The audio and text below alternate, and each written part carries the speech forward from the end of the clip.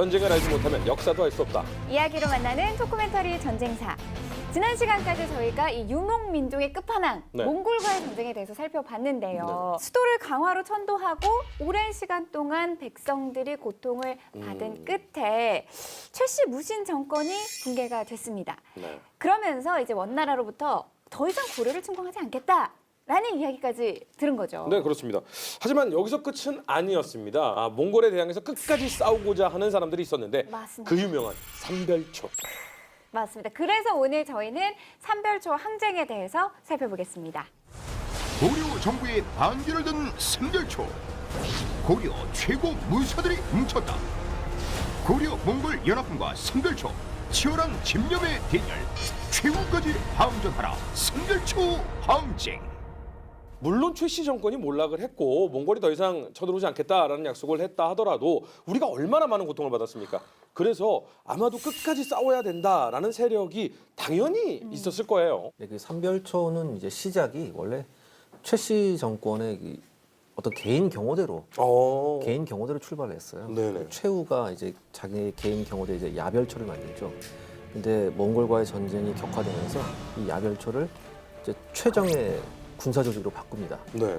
그러면서 이 야별초를 이제 좌별초, 우별초 둘로 나누고 아. 그다음에 몽골과의 전투에서 포로로 잡혔던 인원들 있지 않습니까? 네네. 그 인원들이 탈출하거나 뭐 이렇게 하면서 그 인원들까지 흡수를 합니다. 그래서 그 인원들을 이제 신의군이라고 조직을 하죠. 그래서 이제 좌별초, 우별초, 신의군까지 이제 삼별초가 됩니다. 근데 이 삼별초가 가면 갈수록 최강의 최정의 전투부대가 됩니다. 네. 어떤 면에서는 고려의 정규군이 이성급 부대가 되지 않았나 싶을 정도로 삼별초가 최강의 전투력을 발휘했고요. 몽골과의 전투뿐만 아니라 업무가 다양했어요. 네. 요인 암살, 개인 경호, 특수부대 같은 역할. 예, 이런 것까지 했기 때문에 어떻게 보면은 대단히 독특한 군사 조직이라고 할 수 있죠. 그런데 삼별초에 관련해서 여러 가지 설이 존재한다는 건 무슨 뜻이죠? 그러니까 그냥 사별초 했으면 되는데 어. 또 우리가 사자는 잘 안 쓰잖아요. 네. 별초자가 4개가 있어요. 그러니까 네. 좌우별초. 고려사에는 좌우별초에 신의군을 포함한 걸 삼별초라고 한다. 네. 그다음에 고려 후계 유학자였던 이재현은 좌우별초에 마별초라는 또 아마 마자가 들어가 봐서 말을 터는 부대. 기병 특수부대 같은데 그걸 합쳐서 삼별초라고 한다. 근데 결국은 5개가 됐든 6개가 됐든 삼별초가 그냥 고유명사처럼 됐을 가능성도 있어요. 네. 뭐 이렇게 합쳐지면서 네. 서너 개의 부대를 이제 의미하게 됩니다. 근데 말씀을 좀 들어보니까 그럼 삼별초가 과연 좀 최씨 가문의 사설 부대인 건지 아니면 그냥 정식적으로 좀 인정을 받은 부대인 건지 이게 조금 헷갈릴 것 같아요. 그거도 역사학에서 논쟁이 됐었어요. 이게 사병이냐 공병이냐. 근데 결론은 답이 안 나와요. 예를 들면 사병이었다 그러면 최 씨가가 개인 수입으로 월급을 주고 그쵸. 그랬느냐. 아니면 최 씨가가 국가 재정을 마음대로 써서 이렇게 막 월급을 줬는데 근데 이것도 그런 거예요. 국가 재정을 최 씨가가 권력으로 뽑아와서 자기가 월급을 줬으면 이건 또 공금이야 개인금이야 또 이런 것도 있어요. 그러니까 이래저래 복잡한데 결론은 그냥 국가의 군대인데 개인 권력자가 좀 자기 휘하 부대처럼 쓰는 꼭 봉건제적인 군대다 생각하면 저는 이 삼별초를 좀 조사하고 공부하면서 네. 그 바펜 SS라고 예전에 왜 2차 대전 때 무장 친위대라고 있었습니까? 네네. 독일군에. 네. 무장 친위대 시작은 총통 경호대였거든요. 아. 총통 경호대로 시작을 했다가 그 책임자인 하임리 히물러가 자기의 권력을 강화하는 방향으로 해서 이 SS 부대를 전투 부대로 전환을 합니다. 그리고 이 SS 부대는 지속해서 가장 독일군의 최정예 부대, 소련군도 인정했거든요. 그렇죠. SS 부대하고 마주치면 후퇴하라고. 그러니까 이 삼별초를 봤을 때 이게 개인 경호대에서 시작을 해서 어느덧 고려군의 최정예 부대가 됐거든요. 네. 최정예 전투 부대가 됐거든요. 이런 면을 봤을 때 저는 개인적으로 약간 SS, 그러니까 독일군 친위대하고 약간 비슷한 성격이 아니었어요. 그러니까 아무리 시작이 그렇게 됐다 할지라도 이런 조직 정도가 되면은 최강의 부대, 고려의 최강의 부대로 인정을 해야 된다. 우리는 조선시대부터 늘 중앙집권적인 체제에 살아가지고 고려 군대하고 조선 군대의 결정적인 차이가 뭐냐면요. 우리 지난번에 왜 귀주성 전투, 박서의 귀주성 전투 얘기했잖아요. 네. 그 나중에 죽주산성 전투 때 박서가 죽주 사람인데 죽주 부대가 죽주산성에 가서 또 잘 싸우잖아요. 네. 참전용사들도 들어가 있고. 왜냐하면 군대가 지역 단위로, 고려 때만 해도 지역 단위로 뭉쳐요. 아. 사실은 이게 거의 20세기까지도 유럽의 국가들도 많이 그래요. 네. 그러니까 꼭 다清대처럼 보이는 거죠. 아. 봉건제란 기반 속에서 왕이 되면 자기 지역의 군대가 곧 자기 군대가 최강의 군대. 되고 군대를 지역 단위로 편성을 해요. 이 태평양 전쟁 때 일본군도 뭐 몇십 사단 그러면 거긴 어디 출신들, 영국군도 뭐 울스터 연대 막 이랬잖아요. 네네. 그런데 조선은 벌써 15세기에 지역을 분산시킵니다.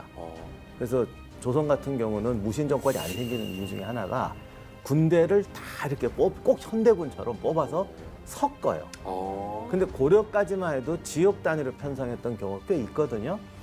그런데 이제 수도니까 여기저기서 뽑아서 방금 말씀하신 이렇게 초강력 부대를 만들죠. 엘리트들만 모아서. 그러나 이 사회가 지휘관과 병사들 간에는 사적인 어떤 지역적 결속, 인맥적 결속이 있는 상황에서 하다 보니까 다른 사람들은 지역 기반으로 군대가 되고 여기는 다 모은 엘리트 병사지만 대장과 이 병사들 간에는 꼭 봉건제, 영주와 기사나 이런 듯한 어떤 관계가 있는 것이 일반적인 형태이기 때문에 그런 어떤 가병적인 성격이 강하게 되는 거라서 뭐 굳이 비슷하게 따지면 비슷하다고 할 수가 있는데 굳이 또 그렇다고 거기다 비교할 필요가 뭐 있냐. 하필이면 네, 독일군 널렸는데 다 모든 군대가 그랬는데. 선별초가 최 씨의 사설군대 역할을 했다라고 한다면 최 씨 세력의 변화가 있을 때 선별초에도 좀 변화가 있었겠네요. 1231년부터 몽골이 이제 침략을 시작했을 때 이제 우리가 지난번에 얘기하면서 정말 분개했었던 그 무신 정권의 지배자들이 네. 자기네만 강화도로 가서 그렇죠. 강화도의 수비를 방비하고 네네네. 본토가 지금 몽골군한테 처참하게 도륙되고 있는데도 네. 불구하고 이런 일이 있었지 않습니까? 이 이후에도 근데 최씨 정권이 계속 그 정권자가 그 권력자가 교체되는 그 순간에 네. 항상 삼별초가 있었어요. 그러니까 항상 권력이 바뀌는 그 중심에는 삼별초의 힘이 있었습니다. 근데 사실은 이거는 그 SS의 문제가 아니고 이 고려하고 조선을 비교하면은 조선은 방금 말씀드린 것처럼 이렇게 전국에서 무장을 네. 병사도 다 뽑아 섞어요. 그리고 조선은 교육도 잘 돼 있어요. 왕한테 우리가 이렇게 국가를 위해 충성하는 거 이렇게 돼 있는데 고려 시대만 해도 어떤 사적인 관계, 꼭 유럽 봉건제처럼 사적인 관계가 중요하거든요. 그러니까 주종 관계. 네. 내가 주인을 위해 충성한다. 어. 이렇게 되니까 삼별초가 방금 말씀하신 것처럼 어떤 특수한 부대였단 말이죠. 이 지역이 아니라 인맥만 있는 부대라고. 네. 이렇게 주종 관계를 쓰니까 조선 같으면 왕이 바뀌면 나는 당연히 새 왕에 충성하는 거죠. 네네. 근데 여기는 인맥으로 얽혀 있어요. 아버지가 죽고 아들이 이제 정권을 권력을 계승하는데 아들은 아들고 아버지는 아버지인 거야. 난 아버지랑 관계를 했지. 이런 식이 돼요. 이게 조선하고 차이죠. 그래서 삼별초 내에도 심지어는 최충원의 노비 출신들이 이제 장군 된 사람들이 꽤 있어요. 그러니까 그 노비는 이런 일하는 노비가 아니고 자기가 사적으로 뽑았던 진짜 그런 네. 무사들이겠죠. 네. 이 사람들이 이제 정부, 그러니까 군 고위 관료가 돼서 장군까지 간 거예요. 그래서 3대가 간 집도 있어요. 우리가 생각할 땐 주인도 3대, 무사도 3대면 네. 3대 때 충성을 할 것 같은데 나는 아버지는 이 사람하고 했단 말이에요. 그럼 아들은, 무사인 아들은 어느 주인한테 충성할까? 이런 문제가 생기는 거예요. 그래서 이제 권력이 바뀔 때마다 심지어는 그 간호 출신의 장군의 아들도 내가 주인의 아들을 모실까? 왕한테 그냥 붙을까? 이런 것들을 고민하면서 패가 갈리기 시작합니다. 그게 선택권이 있는 거예요? 그 선택권이 법적으로 있는 건 아니겠죠. 네네. 분위기가 그런 어떤 이데올로기와 그런 사회 관습 속에서 하니까 이 사람들이 죽으면 같이 충성이 끝나는 거예요. 근데 진짜 말씀하신 대로 이렇게 권력이 그 안에서 분화가 되면은 이 당연히 부대 삼별초도 약간 좀 약화가 되는 거 아닌가 이런 생각도 들거든요. 그래서 무신 정권이 바뀌고 특히 이제 외부의 권력의 주인이 불안해지면 더더욱이 내가 이쪽에 붙을 건가 저쪽에 붙을 건가를 고민을 하는 거예요. 이게 대를 이어가면서 권력이 약해지니까 최씨 정권의 마지막 집권자가 최의인데 최의의 신복들이 거의 반으로 갈려서 결국은 쿠데타를 일으켜서 최의를 살해하거든요. 살해하러 공격 들어간 부대도 삼별초고 충성을 지켜서 막는 부대도 삼별초예요. 이 삼별초끼리 붙어요. 로마하고 똑같았습니까? 그러네요. 네. 그래 로마랑 더 비슷하네. 분명히 로마 군단은 로마 원로 국가에서 허가해서 군단이 결성되는데 실제로 월급은 군 사령관이 주고 그 병사와 장교들 간에는 거의 개인적 또 사적 관계가 생겨요. 그런 점에서 로마 군대랑 비슷하네요. 근데 사실 삼별초 입장에서 이 강화에 수도가 있다가 이제 원하고 이제 원만한 관계가 된 거잖아요. 그러면 수도를 옮겨야 되는 거 아닙니까? 그렇죠. 이제 그럴 때 이제 사람만 갈라진 게 아니라 네. 아까 삼별초라는 말이 왜 나오냐면 좌우별초냐 마별초냐 이게 중요한 게 아니라 군대가 이제 또 전쟁을 하니까 자꾸 늘어날 거 아니에요. 어떻게 보면 최씨 정권의 그게 약점이 된 거예요. 자기 경호 부대만 있었을 때는 단합이 잘 됐을 텐데 이게 전쟁이 나니까 정규군 역할도 한단 말입니다. 아무리 강화도에서 최씨 정권을 지키는데 더 신경을 썼다고 하더라도 실제로 밖에 나가서 활동한 경우도 꽤 있었어요. 저도 책에서는 이 부분을 좀 많이 비판했지만 최씨 정권을 조금 이제 변호하자면 그 후대의 역사 기록들이 절대 무신 정권한테 우호적이지 않아요. 그러니까 기록에 보면 야별초가 나가서 지역군을 조직해서 싸우거나 뭐 군량을 수송하거나 이런 게 있는데 이런 기록들이 전란 때문에 많이 사라졌을 수도 있고 좀 고의적으로 기록 안 했을 수도 있어서 조금 과도하게 비난받는 점은 확실히 있는 것 같아요. 그게 나가 싸우기도 하는데 그러다 보니까 병력이 늘어나야 되잖아요. 그러면 병력이 늘어나면 이런 어떤 사적인 정말 비유 잘 들으셨네. 카이사르의 군단도 로마에 돌아오니까 군단장의 3분의 1이 카이사르를 죽이는 데 가담하잖아요. 네. 너무 많아지면 파일을 공평하게 나눌 수가 없는 거예요. 그러면 최씨 정권이 어떻게 하냐, 아예 부대를 나눠버리는 거죠. 왜냐면 한 부대 안에 있어서 부대가 분열되는 것보다 만약에 걔들이 또 땀만 먹어도 안 되고 그러니까 계속 한 부대를 키우는 게 아니라 여러 부대로 갈라서 서로 견제하게 하는 이런 방식으로 하니까 하나가 2개 되고 2개가 3개 되고 막 이렇게 늘어나는 거고 그런데 그렇게 나누다 보니까 또 이게 가다 보니까 요즘 말로 하면 야당성이 강한 부대가 생기는 거예요. 어허. 그게 뭐냐면 신위군이에요. 좀 다르잖아요. 야별초, 좌우별초하고 신위군은 만들 때보다 다르잖아요. 그렇죠. 그러니까 아무래도 구성상 최씨 정권에 대한 어떤 개인적인 충성보다는 나는 몽고에 끌려갔다 도망온 사람들이면 가족들이 학살당했을 거고 피해도 주민 친구들도 죽었을 거고 나가 싸우고 싶다는 우리는 국가의 군대가 되겠다는 생각이 아무래도 많은 부대 아니겠어요? 사실 무신 정권 제거될 때 최씨 정권 제거되고 나서도 또 계속 여러 번 정변이 나는데 그때 맹활약하는 게 신위군이에요. 그 최희가 죽을 때도 삼별초에서 신위군들이 가담을 해요. 이게 어떻게 되냐면 간단히 말하면 그날 궁궐 수비를 야별초가 하게 돼 있었던 거예요. 요걸 신위군이 바꿔친 다음에 모여가지고 공격해서 최희를 죽여요. 그래서 계속 이제 신위군이 사실 계속 분열이 되는데 그런 식의 이제 부대가 아니라 분열이 이제 생기는데 말씀하신 것처럼 이제 뭐 육지에 나가서 몽골랑 강화를 맺는다거나 최씨 정권이 이제 자꾸 이렇게 아들 가다 보니까 좀 무능해져 갖고 통제력이 안 된다거나 사람이 많아져서 좀 분리가 된다 하는 어떻게 되니까 많은 군인들이 이제 딴마음을 먹는 사람들이 늘어나는 거지. 근데 반면에 삼별초를 또 단합하게 되는 결정적인 사건이 또 일어나게 버립니다. 왜냐하면 사실상의 몽골과의 전쟁은 끝났어요. 1270년에 끝났는데 이렇게 되니까 힘이 너무 세진 삼별초가 이제는 부담스러울 수 있겠죠. 일단 최씨 정권은 무너진 이후니까. 그러니까 덜커덕 삼별초에 대한 해산령을 내려버려요. 최종의 부대를 예. 근데 지금까지 나름 그래도 몽고에 대항해서 가장 잘 싸웠던 부대인데 그렇죠. 그렇죠. 특히 교수님께서 말씀하셨듯이 신위군 같은 부대는 이 상황에서 해체하고 몽골한테 항복한단 말이야. 이거 받아들일 수가 없는 거예요. 그러면서 삼별초가 뭉쳐서 그야말로 난이 나죠. 그러니까 삼별초 입장에서는 그렇겠네요. 목숨 다해서 싸웠고 막 포로로 잡혔다가 뭐 정말 목숨 걸고 탈출하고 이래서 계속해서 최종의 부대를 유지해 왔더니 결국은 그러니까 토사구팽 이런 느낌이니까 날벼락을 맞은 거네요. 그렇죠. 허준 씨 말이 맞죠. 어떻게 그러니까 처음에는 그렇게 하지만 결국에 가서는 전부 다 제거할 거다 이런 생각이 있었고. 그러니까 사람들이 그러니까 삼별초 부대가 그렇게 느끼도록 했으면 권력자들이 실수한 거지.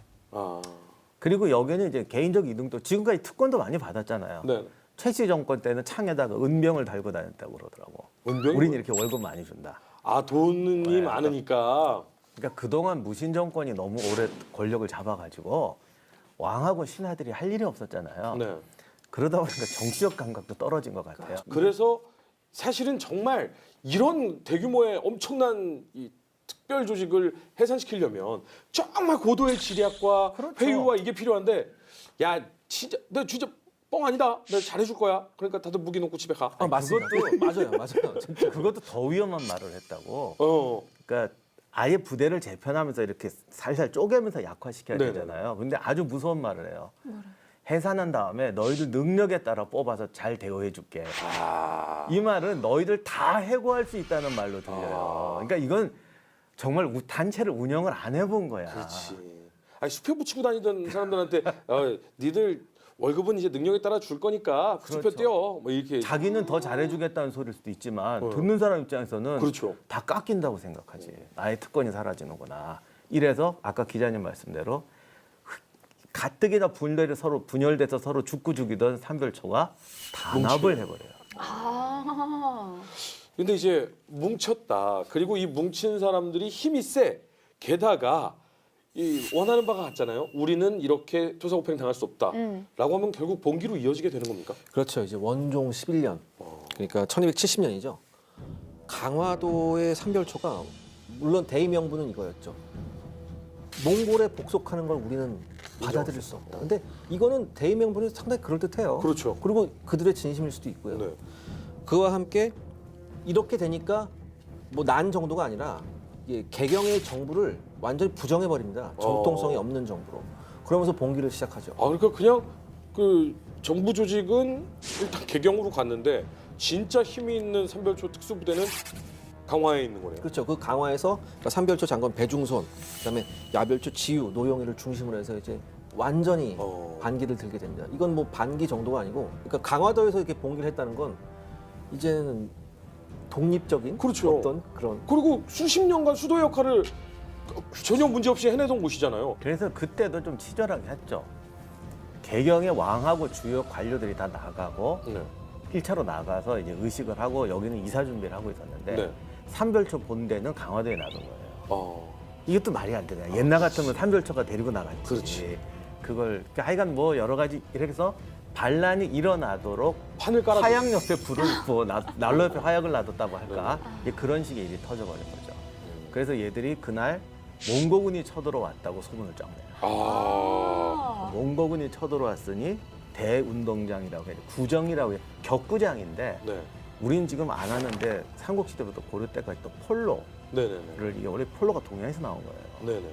그걸 좋아해갖고 왕궁에 있는 대운동장을 항상 구정이라고 불렀어요. 거기 모여라. 원래 또 군대가 늘 거기 모입니다. 모여서 무기고를 털어서 완전 무장을 한 다음에 강화도를 점거해버리는 거죠. 근데 우리가 생각하기에 강화도가 일견 물론 그 계속해서 몽골의 침입 때 이렇게 네. 철옹성 같이 있었지만 이게 반란을 일으키고 이렇게 하기에는 이게 그렇도 큰 데가 아니잖아요. 그 어떤 그리고 삼별초 입장에서 반란을 일으켰으면 우리 요만큼만 먹을 애가 아니었을 거예요. 그러니까 고려를 먹겠다라는. 예, 그러니까 적어도 고려를 먹겠다는 아니더라도 우리도 나름대로 정권을 세워서 어떻게 하겠다는 그런 생각이 있었을 거예요. 그렇기 때문에 강화도에서 일단 탈출을 해요. 이들이 좀 더 세력을 확대하기 위해서. 그래서 많은 사람들을 잡아서 탈출을 하고 그 배만 뭐 탈출하는 그 배만 한 1000척이 넘었다고 그렇게 얘기를 하네요. 와 1000척이 넘는다고요? 원래 가족들이 이사하려고 네. 짐 실은 배 이래갖고 포구에 꽉 차 있었대요. 그러니까 배가 많긴 많았는데 네네. 작은 배, 큰 배 해서 1000척이 된다는 아. 거죠. 굉장히 많았대. 그래서 이사 가려고 엄청난 그 이삿짐 차량이 꽉 차 있고 승용차까지 동원해서 있는데 삼별초 항구를 접수합니다. 그래서 어떻게 돼요? 이 와중에 많은 사람들이 또 탈출을 하고요. 탈출하는 사람들이 좀 유명한 사람들도 많이 있다고 하더라고요. 오, 누구요? 누구냐면 유학자 안양, 그다음에 제왕운기의 저자 이승효. 오. 이 사람도 탈출했다고 하더라고요. 군인도 있었거든요. 삼별초 장군. 배는 활 쏘고 탈출하고 싸워서 탈출하고. 문신들 안양이나 이승유 같은 사람은 구체적인 방법은 안 나오는데 꾀를 써서 탈출했다. 그러니까 다 자기 가진 능력으로 탈출하는 거예요. 그래서 아무튼 나중에 삼별초가 보니까 이게 중간에 너무 많이 새 나가는 거예요. 그래서 일부러 놔주면 죽인다라는 명령까지 내리는데 뭐 어떡해서 관리가 그렇죠. 안 되는데. 아니 그나저나 그러면 탈출한 산별초들은 지금 어디로 어디로 모이게 가는 되는 거예요? 그러니까 일단은 거기가 서해안이잖아요. 네. 서해안 일대 섬들을 쫙 쓸고 내려옵니다. 아, 쫙 쓸고 내려와서 종국에는 진도에 들어가죠. 꽤 많이 내려갔네요. 네. 근데 진도가 예전부터 네. 임진왜란때도 그랬었지만 거기 물살이 상당히 세잖아요. 맞아요. 그렇기 때문에 진도가 어떻게 보면 강화도 2가 될 수 있었죠. 그렇죠. 이 산별초한테는. 전술적 어떤 지리적 관점으로 보면 강화도 2가 진도예요. 정말 서해안을 쭉 쓸어보면 네, 네. 조건이 되게 비슷해요. 어. 근데 이제 뭐가 다르냐면 강화도는 육지하고 너무 가깝잖아요. 네. 근데 이제 산별초는 이제 앞으로 몽고군하고만 싸우는 게 아니라 고려군하고도 싸워야 되잖아. 그러면 개경 가까운 강화도에 있는데 고려군하고 몽고군이 합하면 같이 건너기가 너무 쉽잖아요. 그래서 아까 계속 말씀드렸지만 고려군대는 지역성이 강하기 때문에 경기도나 황해도 개경 주변이 역시 국왕한테 충성이 강하고 그럴 거라고. 그래서 이 사람도 이제 몽고군만 아니라 고려군하고도 멀어져야 되죠. 그러면 제일 좋은 데가 진도예요. 김도 맛있고. 호남도 가깝고 주변에 물살이라든가 이런 조건은 강화도하고 비슷하고. 왜 아까 기자님이 약간 서해를 좀 떠돌다 왔다라고 말씀을 하셨는데 굳이 그렇게까지 시간을 끈 이유가 있을까요? 그건 명확하진 않은데 일단 1,000척이 넘는 대함대니까 뭐 또 이게 여름철이고 그래가지고 뭐 폭풍 오거나 장마하면은 머물렀을 수도 있고 그 다음에 대몽항정의 주요 거점이 섬이었잖아요. 네. 그 서해안에 우리가 이름 들어보면 좀 유명한 섬 위도, 대부도 이런 데 다 군대가 들어가 있었어요. 그래서 상당수가 또 이 산별초가 들어가 있었어요. 그 세력들을 싹 다 모아 업어오는구나. 네, 그리고 진도로 가고 그리고 진도만 점거한 게 아니라 주변 섬들도 점거해서 이제 해상 왕국을 만듭니다. 그래서 방금 말씀하신 것처럼 제2의 강화도로서 진도를 선택하게 됩니다. 이 사람들이 사실은 진도를 노리고 갔다는 거는 우발적으로 했다는 게 아니라는 거예요. 이미 준비가 다 돼 있었다. 우발적으로 나갔고 이제 우리 어떡하지가 아니라 처음부터 완전히 이제 독립국가 세우려는 의도가 다 있었던 거죠. 그게 결정적인 증거 중에 하나가 강화도에서 왕족을 한 명 잡아갑니다. 왕원이라고. 무신 정권이 그렇잖아요. 자기들이 왕은 안 하잖아요. 네. 누군가 왕 하나는 세우고 자기들이 그렇죠. 권력을 잡는 구조이기 때문에 과거에 하던 그대로 이제 자기들이 왕으로 세울 사람을 잡아가는데 그 사람이 왕원이라는 양반이에요. 물론 뭐 일설에는 두 가지 설도 있어요. 이 왕원 집안이 문종 때 한번 반열란 음모로 숙청당했던 집안의 후손이에요. 그래서 일설에는 이 양반이 처음부터 산별초랑 역행했을 거다라고 보는 설도 있고 근데 그게 또 언제적 일인데 그렇죠. 지금까지 살았으면 뭐 그런 거 상관없을 거다. 또 뒤에 봐도 고려 왕족들이 왕원을 안 죽이려고 해요. 그런 거 봐서는 적극적으로 동의한 게 아니라 오히려 이 사람들이 저 집안은 원래 저쪽가 약간 옛날에 그런 사연도 있는 집이니까 데려가자 해서 하여간 데려가서 진도에 가서 왕궁도 짓고 왕으로 세워요. 그리고 자기들은 여전히 이제 무신 정권의 후예로 이제 구조를 가져가게 됩니다. 저 그러면 진도로 계획적으로 모든 것을 다 털어서 자신들의 세력을 규합해서 진도로 내려가서 왕까지 옹립을 했다. 그 뒤에는 그러면 이제 진도에 진짜로 왕국이 이제 건설이 되고 진행이 되는 건가요? 그러니까 처음부터 계획이 있었다는 게 진도에 가서도 딱 거기밖에 없을 만한 데에 딱 들어가서 그것을 거점으로 삼아요. 그게 이제 지금 벽파진과 용장산성이라는 데인데 이 벽파진은 어디냐면은 지금은 이제 진도 대교가 생겨가지고 네네. 배로 왕래를 안 하는데 지금 다리 건너는 데가 포구라면 네. 배 타면 딱 건너는 포구예요. 거기 가시면 지금 그 이수인 장군 대첩비도 있는데 조선시대도 거기가 수군 기지였고 딱 지금은 좀 굉장히 한산한 항구가 됐는데 옛날에는 이제 진도로 건너온 입구였죠. 근데 이게 또 좋은 게 뒤가 이중으로 산으로 감겨 있어요. 그 너무 넓지도 않고 앞에는 바다, 뒤에는 산. 네. 그 앞에 바다가 또 어느 바다냐면 우리가 잘 아는 명량 을들목이죠. 을들목이 저기구나. 엄청나게 물살이 그렇죠. 강한. 네. 지금도 그 엔진 달린 배들도 조심해서 다닌대요 거기는. 그래서 그리고 그러니까 그런 지형을 정확하게 알고 있었다는 거는 벌써 준비를 다 했다는 거죠. 그래서 앞에는 울들모이고 뒤에는 산으로 감겨 있으니까 거기다 이제 용장산성이라는 산성을 쌓아요. 그리고 가장 놀라운 게 발굴을 해봤더니 네. 사실 옛날에는 거기 가서 그냥 피난민처럼 살았을 거라고 생각했거든요. 네네. 군인들이 뭐 그냥 콘센트 막서 짓고 살았겠지 그렇죠. 뭐 이렇게 생각했는데 발굴을 해봤더니 산 다 깎아서 이게 참 재밌는 게요. 고려 수도의 왕궁을 재현을 해요. 어. 재미난 게 삼국시대도 왕궁은 좀 평야에 있잖아요. 네네. 지금 경복궁처럼. 그쵸, 그쵸. 근데 고려 왕궁은 독특한 게 왕건 지배터에다가 왕궁을 졌다고. 그 집안이 원래 왕이 아니잖아요. 그렇죠. 그래서 산비탈에 이렇게 축대해주고 되게 좁은 데였어요. 거기를 왕으로 쓰려니까 산을 깎아서 다 축대를 만든 거예요. 그래서 고려의 왕궁은 계단식 왕궁이에요. 건물 하나 가려면 다 축대로 올라가야 돼요. 여기 와서도 축대를 몇 단으로 쌓아요. 그래서 또 그런 식으로 건물을 힘들게. 제가 생각에는 아무래도 그 고려의 정통성이 자기들한테 있다라고 그렇죠. 그런 걸 수도 생각했을 있어요. 거예요. 왜냐하면 자기들이 끝까지 몽골하고 싸웠던 정통성은 자기들한테 있다는 거죠. 이미 저쪽의 고려는 그 몽고에게 항복한 몽고 쪽 패거리다. 우리가 진짜 고려다. 맞습니다.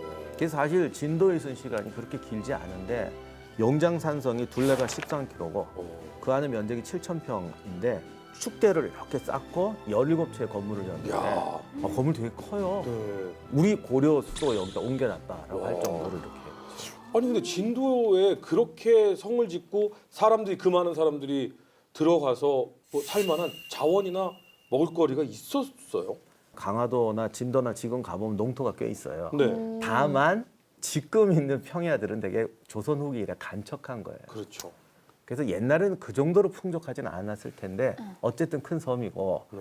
제 생각엔 오히려 남해안 섬들을 다 장악하기 때문에 그 앞이 호남 평야잖아요. 네. 가져와서 먹는 게 상당히 많았을 거예요. 진도로 자급자족하는 게 아니고. 왜냐하면 쇠고기 못 올라가니까.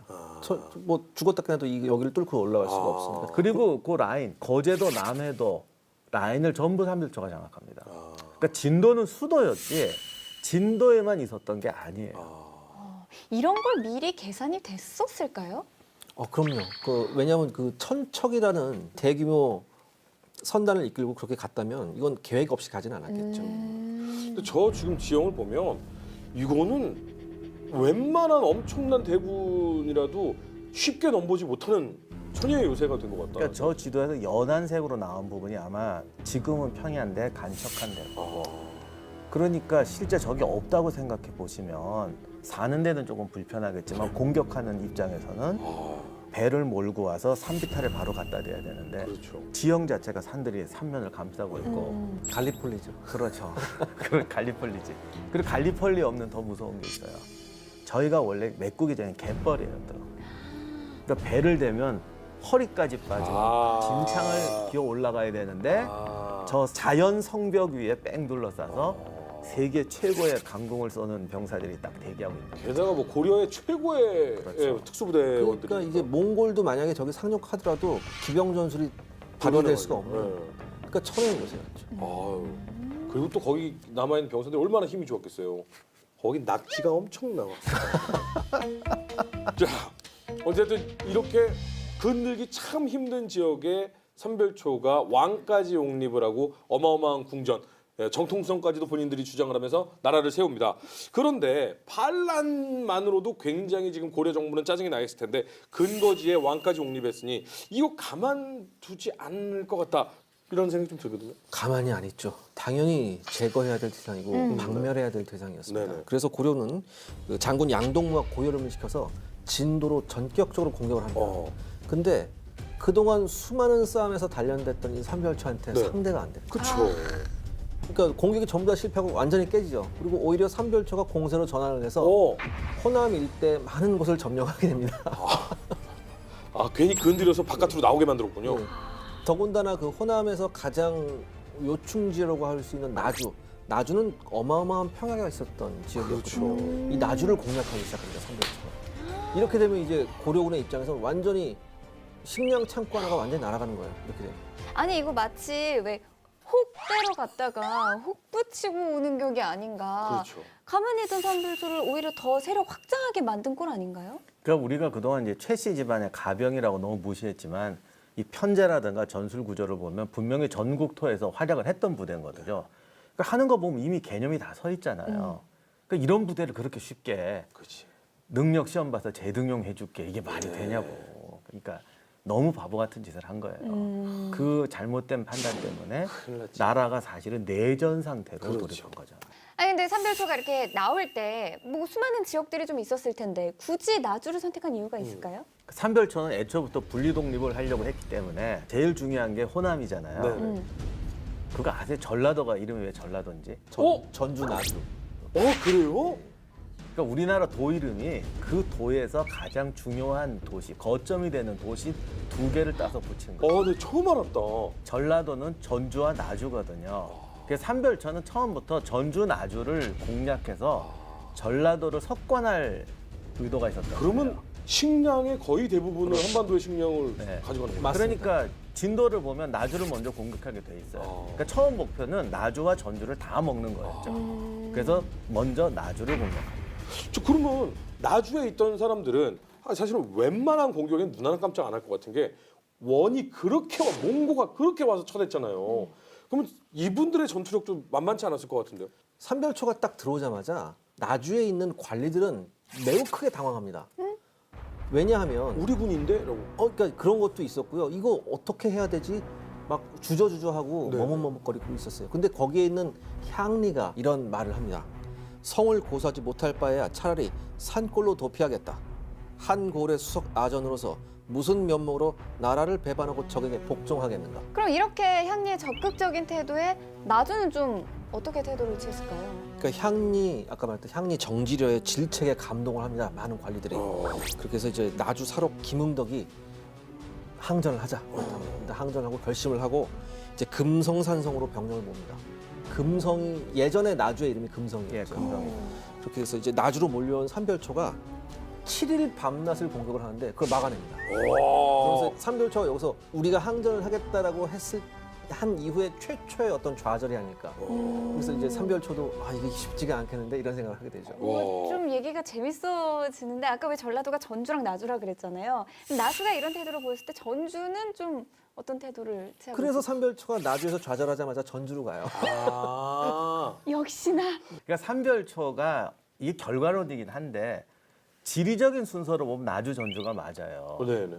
그런데 어떤 역사 지리적 상황을 보면 차라리 전주를 먼저 공격해서 나주로 오는 게 나았죠. 정치적으로 봤을 땐 전주를 먼저 갔어요. 그거를 생각을 못했네 삼별초가. 그러니까 지리만 보고 역사를 안 배우고. 그래서 역사를 알아야 됩니다, 여러분. 역사를 알려면 도큐멘터리 전쟁사를 보셔야 되고요. 아무튼 결과론으로는 그렇게 됐어요. 먼저 전주로 갔어야 됐어요. 지리를 무시하고 결과론으로 따지면. 그렇게 되면 나주가 어떻게 보면 포위가 되는 형국이 돼버리죠. 그러면 훨씬 더 쉽게 나주를 공략할 수가 있었겠죠. 실제로 전주가 떨어지니까 나주가 동요해요. 그렇죠. 잘 싸웠던 나주가. 그래서 뭐 항복하자고 하고 뭐 삼별초가 거의 접수하려고 할 때에 중앙정부에서 파견한 고려 정규군하고 몽고 연합부대가 호남 경계로 들어오는 거예요. 그 소리를 들으니까 삼별초가 나주성에 포를 풀고 다시 돌아가게 되죠. 그러니까 결과론 따지면 역사학자의 편향이 아니라 전주, 나주로 왔었어야 된다. 그러면 전주를 다행히 공략을 성공해서 나주가 많이 흔들렸으나 고려 정부에서 나주만큼은 우리가 뺏기면 안 된다라고 해서 들어와서 결국 치열한 전투 양상이 벌어지게 되는 건가요? 전주와 나주를 장악하지 못한 상태에서 진도로 들어가 버리게 되니까 이게 왜 그러냐면 전쟁할 때는 누군가 깃발 들고 싸우는 게 네네네. 중요한 게 누가 깃발 들고 싸워야 따라가잖아요. 그러니까 전주하고 나주를 정규군이 오기 전에 점거했으면 호남 지방에 있던 여러 지역 사람들이 이때는 지역이 집단으로 움직이니까 삼별초에 동조했을 수도 있고 뭔가 자신감을 가졌을 수도 있는데 결국 아무런 성과를 얻지 못하고 철수하면서 우리가 좋게 말해서 삼별초를 해상왕국이라고 하는데 나쁘게 말하면 육지의 기반을 잃어버리게 되죠. 그래서 이제는 섬, 물론 거제도나 남해도 같은 거 장악하고 있는 건 크긴 하지만 육지의 기반을 많이 잃어버리고 섬 중심으로 장악을 하니까 결국은 포위되는 결과가 되어버립니다. 그러니까 오히려 이 섬 쪽으로 들어간 것이 어떻게 보면 삼별초 왕국에게는 실수가 된 거가 됐네요. 뭐 처음에 그럴 생각은 아니었겠지만 결과적으로 그렇게 돼서 기반을 잃어버리게 돼서 누가 봐도 함락시키기는 쉽지 않지만 반대로 육지를 점령할 수도 없는 이젠 버티는 싸움이 된 거예요. 그러니까 한계가 명확해졌죠. 그렇죠. 그때부터. 근데 저희가 왜 강화도 때도 계속 얘기했지만 물살 얘기 나왔잖아요. 근데 이 진도 해역도 물살 세기로 유명한 곳이잖아요. 그러니까 우리들 쌀이 워낙 세기 때문에 관군도 어떻게 대치만 하고 있지 어떻게 못해요. 왜냐하면 더군다나 수군 쪽에서는 삼별초가 훨씬 잘 싸웠었거든요. 그렇기 때문에 이제 관군으로서도 이거 어떻게 해볼 수도 없고 대신 다만 시간이 흘러갈수록 시간은 관군 편은 맞았죠. 그러니까 사실은 고려의 정규군은 다 이 정규군이 아니라 이 잘 싸우는 부대는 삼별초 있었기 때문에 정부가 동원하는 군대도 삼별초가 주력이에요. 아까 기자님 말씀하신 처음에 진도 쳐들어갔던 부대도 다 삼별초 출신들이에요. 그래서 앞으로 벌어지는 전쟁에도 초기 전투에서 지휘관들은 다 삼별초 출신들이에요. 그러니까 삼별초끼리 싸우는 거야. 근데 어쨌든 저쪽이 더 많잖아요. 지금 삼별초 본대가 많고 그렇죠. 이건 일부니까 처음에는 정규군이 어떻게 할 수가 없어요. 그래서 이제 그러나 어쨌든 이쪽은 국토를 가지고 있고 국가를 통제하고 있으니까 장기전으로 가면 우리가 이긴다.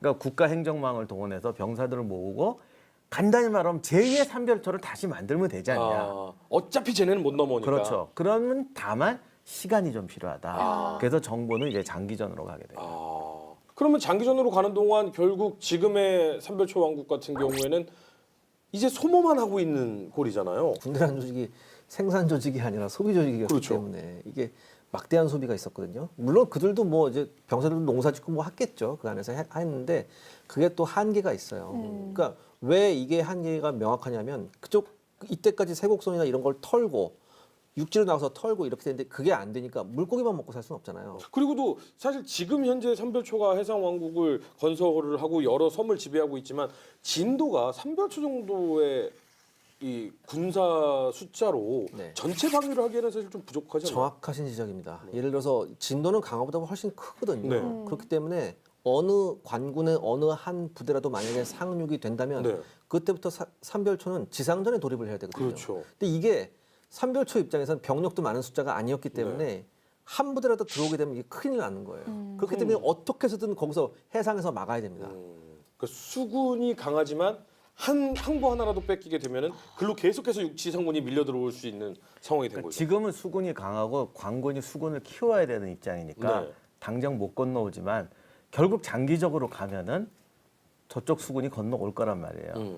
그러니까 이제 삼별초가 이제 시한부 인상 같은 거. 그 시간이 지날수록 삼별초의 수군도 문제가 생기는 게 뭐냐면 그때 다 목선이잖아요. 그렇죠. 이 목선이란 건 시간이 훨씬 지날수록 손상이랄까 이게 그렇죠. 빨라요. 네. 근데 이 진도요 일대가 어떤 목선에 필요한 목재를 제대로 제공할 수 있는 그런 양질의 목재가 많지 않았었어요. 그렇기 때문에 이제 시간이 갈수록 계속해서 3중고, 4중고에 시달리게 되는 거죠. 그래서 더 이상 빛이 없을 것만 같았던 이 삼별초 왕국에 기회가 또 온다면서요?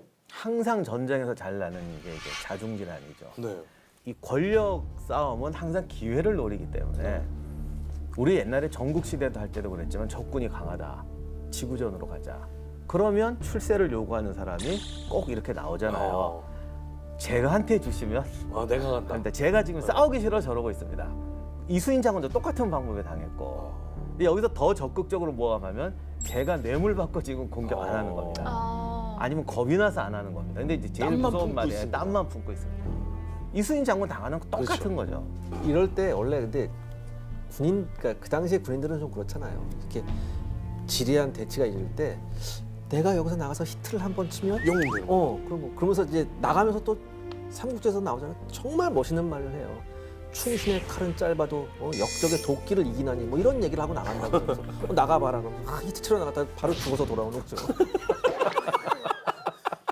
그 안에서 이제 나가야 된다, 싸워야 된다, 이거 이렇게 시간 끌면 안 된다라고 하는 세력이 일어나면서 뭔가 내부의 분열이 일어난 거군요. 그렇죠. 그래서 당시 이제 고려군하고 몽고군은 연합군인데 몽고군 사령관은 우리 이름으로 아이죠. 아해. 네. 예. 아해고 고려군 장군이 이제 유명한 김반경인데 말은 김반경하고 통할 거 아니에요. 네. 그러니까 좀 내통한다고 또 이제 모함이 들어간 거예요. 그 바람에 개경으로 거의 압송까지 아.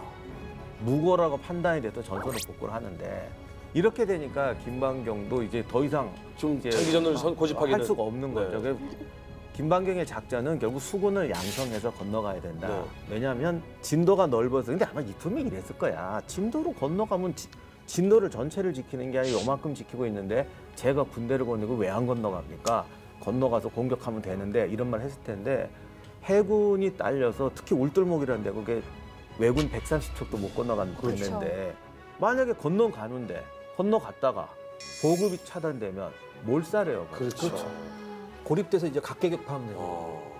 그럴 때 하는 그런 얘기를 하면 이제 아까 기자님 말씀하는 거지. 정의의 군대는 패배하지 않는다. 뭐 기타 등등 기타 등등. 진짜 뭐 1년이 훨씬 지났지만 저는 잊혀지지 않아요. 또 군인 생활 그것까지 수십 년 이렇게까지 자신감을 갖고 출정해 본 적은 없습니다. 이런 사람이 어디나 있다니까. 더 이상 전투를 미룰 수가 없으니까 김방경도 1270년 11월 22일 날 결국 이제 대공격을 공격을 개시합니다. 아하. 아 근데 이게 아까도 말씀을 하셨지만 삼별초 입장에서는 수적으로 굉장히 열세했을 텐데 일단 이 둘의 병력은 좀 어떤 차이가 있을까요? 당시에 고려군이 착실하게 해군력을 키워요. 착실하게 해군력을 키워서 약 100척의 함선을 준비합니다. 그리고 이 당시에 삼별초는 지속적으로 손실이 있었죠. 그렇기 때문에 이때는 함선이 30척밖에 남지가 않아요. 근데 이 상태에서 삼별초가 이제 선공을 해요. 그러니까 오. 선공을 하니까 같이 있었던 몽골 같은 경우에 이제 수전에 좀 약하죠. 예, 그러니까 겁을 먹고 아 이거 안 되겠네. 일단은 무트로 갈까? 이렇게 아. 했는데 여기서 김방영이 또 유명한 그러니까 좀 멋있는 말을 합니다. 오늘 적과 승부를 내야 한다. 이거 딸랑 한 마디입니다. 뭐예요? 아 끝이에요? 네. 김방경 입장에서는 후퇴할 수가 없는 거예요. 왜냐하면 불리하지만 자기가 모함도 받고 이래서 나왔는데 또 싸우지 않고 후퇴하면 이게 그렇지. 안 하는 이만 못한 게 되고 다시 압송될 거 뻔하다니까. 이거 또 압송되면 이번에는 어떻게 이번에 될지 못 모르겠어요. 빠져나오죠. 그래서 삼별초는 그러면 쾌재를 불렀겠는데요? 어떻게 대응합니까? 삼별초가 즐겨 쓰는 방식이 있습니다. 일단 해전을 했을 때 적 사령선을 먼저 치는 이 방법을 쓰죠. 그래서 아니나 다를까 이제 김방경의 사령선을 포위하게 되고요. 그 다음에 이제 쉽게 함몰되지 않자 함정으로 밀어넣습니다. 함정이요? 무슨 함정이요? 명랑해전에도 똑같은 방법을 쓰는데 울돌목에서 쓰는 고유한 함정이 있어요. 거기가 물살이 빠르잖아요. 네. 그래서 한 번 이게 물살에 들어가면 헤어나올 수가 없어요. 그 영화에도 나오잖아요. 물살 걸리니까 그냥 쭉 가서 해변에 박아버리는 네. 거. 김방경의 함정을 보면은 어떻게 포위해가지고 그 물살 쪽으로 밀어넣은 것 같아요. 그랬더니 김방경이 진도 쪽으로 흘러간 거예요. 적진의 입속으로. 그렇죠. 그러니까 본대하고 떨어지고 그렇죠. 못 태어나오거든요. 그리고 저 해변가에는 지금 삼별초가 기다리고 있는데 이 배가 절로 가는데 못 태어나오는 거지. 어서와 진도는 처음이지 이러면서.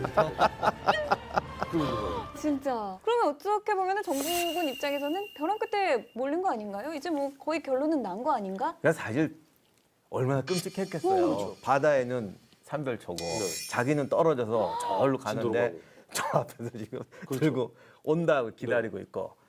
그런데 이제 여기서 인생의 교훈인데 훌륭한 부대의 특징이 끝까지 싸운다. 역시 사령선이잖아요. 대장선이니까. 예, 또. 그래서 정말 그 상황에서도 끝까지 싸웠대요. 끝까지 싸웠는데 이게 못 태어나니까 결국 이제 해안에 자초한 거죠. 그때쯤 오니까 병사들이 다 부상 안 입은 사람이 없어가지고 또 좌절도 이렇게 배가 이제 섰으니 그렇죠. 끝이구나 그러니까 털썩 주저앉았겠지. 그러니까 보니까 거의가 부상 입고 쓰러져 있고 이제 타고 올라오고 우린 쓰러져 있고 그걸 보고 김방경이 저한테 잡히느니 죽겠다, 자결하겠다고 자결하려고 합니다. 그때 옆에 있던 그 보좌관도 잘 둬야 돼요. 네. 맞습니다. 제가 도와드릴게요. 이렇게 하는 부하가 있으면 같이 가는 거고 붙잡더니 그래도 끝까지 싸워야 되잖아요. 말립니다. 그래서 또 치열한 접전이 벌어져요. 그때 그 양동무라고 이영반도 삼별초 출신이고 네. 아까 처음 정부군이 진도 공격했을 때 참전했던 장군 중에 한 명이에요. 이 양반이 몽충이라는 요즘 말로 뭐 구축함, 순양함 그런 네. 몽충이라는 게 배 종류 이름인데 네네네. 배를 타고 김방경을 구하러 역시 이분도 이쪽 출신이라 네. 물길을 아는 잘하는구나. 거지. 그러니까 이제 몽충이라는 배는 뭐냐면 저 화면에 나오지만 옛날 배도 다 똑같은 나무 배인 것 같아도 기능성이 다르거든요. 그래서 배에다가 이렇게 장갑이나 이런 건물을 세워서 네. 주로 사격용 네네네. 건물을 만들고 저렇게 창이 그러니까 있어서. 창구멍을 해서 주로 사격을 하는 거기 탄 궁수들이 또 다 최인류였을 거예요. 그렇죠. 그러니까 배를 몰고 들어와서 그 김방경을 구출해서 이야. 돌아가요. 이야. 김방경은 정말 저기 앞에서 구원의 신이 나타난 거잖아요. 얼마나 기뻤을까? 아니, 결국 김방경은 간신히 이제 나와서 살게 됐지만 근데 전투는 또 패배한 거잖아요. 그 이후에 김방경은 어떻게 되는 거예요? 사실 이게 패배긴 하지만 패배 같지 않은 패배였죠. 어? 다음 이야기. 삼별초에게 굴욕의 패배를 겪은 고력은 몽골과의 연합전 준비에 박차를 가하며 제2의 공격을 가하다. 고려 몽골 연합군과 삼별초의 최후의 항전, 삼별초 항쟁 마지막 이야기. 이 정말 이제 문제 인물이 하나 등장하는데 이 홍다구가 사령관으로 자기 가병을 거느리고 참전하게 돼요. 홍다구가 기습적으로 상륙에 성공을 합니다. 오. 포구에다 불을 질러요. 당황해서 거기 지키고 있던 삼별초가 도망을 갑니다. 진도가 함락된 다음에 제주도로 탈출하는 부대가 있는데 주민들을 우리 편으로 만들어서 이걸 완전히 독립시키자. 군사 기지도 만들고 주민도 위모하고 자기 편도 끌어들이고 더군다나 1년 후에는 전라도 지방으로 이른바 노략질을 하러 갑니다. 이게 어느 정도였냐면 3,200석입니다. 그래서 이제 대함대가 출동을 하는데 어쨌든 최후의 항전이었고 이 사람 이 삼별초 입장에 이제 물러설 때도 없고